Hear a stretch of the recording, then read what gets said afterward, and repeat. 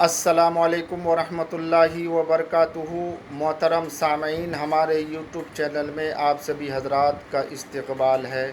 سوال و جواب کے سلسلے میں آج کافی تعداد میں لوگوں نے یہ سوال کیا ہے کہ کب شوہر اپنی بیوی کو طلاق کے بعد رجوع کر سکتا ہے، رجعت کے ذریعے رکھ سکتا ہے، اور کب حلالے کی ضرورت پڑتی ہے؟ آپ ذرا اس کی وضاحت فرمائیں۔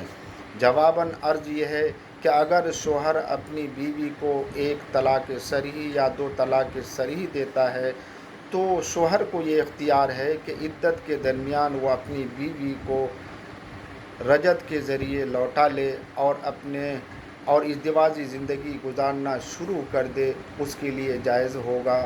لیکن اگر ایک طلاق دے چکا ہے تو آئندہ کبھی دو طلاق کا اختیار رہے گا۔ اگر دو طلاق کے ذریعے رجوع کیا ہے تو آئندہ کبھی بھی ایک طلاق کا اسے اختیار ہوگا، اور جب بھی ایک طلاق دے گا تو پہلے دو طلاق اور یہ طلاق مل کر تین طلاق ہو جائے گی اور بیوی حرام ہو جائے گی۔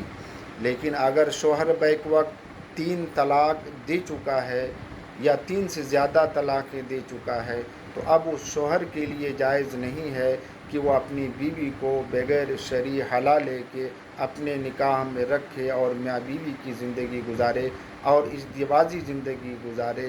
اس کے لیے قطعاً جائز نہیں ہے، اور اگر بغیر حلالے کی زندگی گزارے گا وہ حرام کاری ہوگی، ناجائز ہوگا۔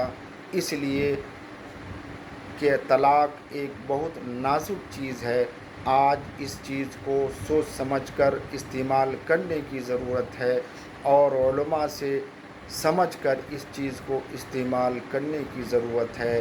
اس لیے آپ سبھی حضرات سے درخواست ہے کہ طلاق کے معاملے میں احتیاط سے کام لیں، سوچ سمجھ کر اس کا استعمال کریں۔